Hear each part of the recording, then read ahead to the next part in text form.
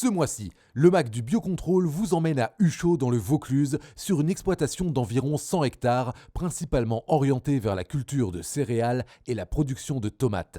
Mais c'est une serre de 2,4 hectares dédiée au maraîchage et installée en 2019 qui suscite notre curiosité.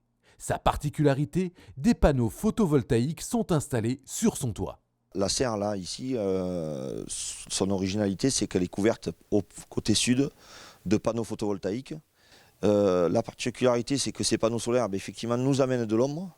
Alors l'hiver, c'est très pénalisant, il faut s'adapter et chercher des bonnes cultures. Ce n'est pas toutes les cultures qui fonctionnent, mais là, le radis, l'épinard, la mâche, ça fonctionne plutôt pas mal, on est plutôt content. Et sur le printemps et l'été, par contre, le panneau n'a pas d'effet négatif sur les plantes. Au contraire, au gros des chaleurs, amène un confort à la plante parce qu'il y a une partie de la journée où la plante est à l'ombre. On n'a pas besoin d'ombrer les serres comme il se fait classiquement avec de la peinture du blanc. La performance de cette serre est donc loin d'être classique. Un sacré pari, pensez-vous. En réalité, cette serre n'est pas conduite dans une recherche d'optimisation du mètre carré car son installation a été financée par une société qui revend l'électricité en exploitant les panneaux en toiture.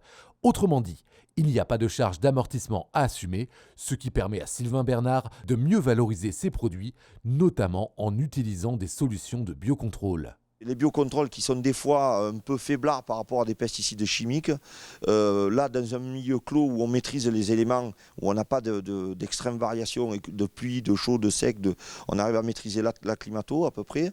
Là le biocontrôle a son sens parce que du coup on arrive à l'exploiter à 100%. Quoi. On constate donc que le biocontrôle bénéficie de ce milieu clos où les plantes sont moins soumises au stress environnemental.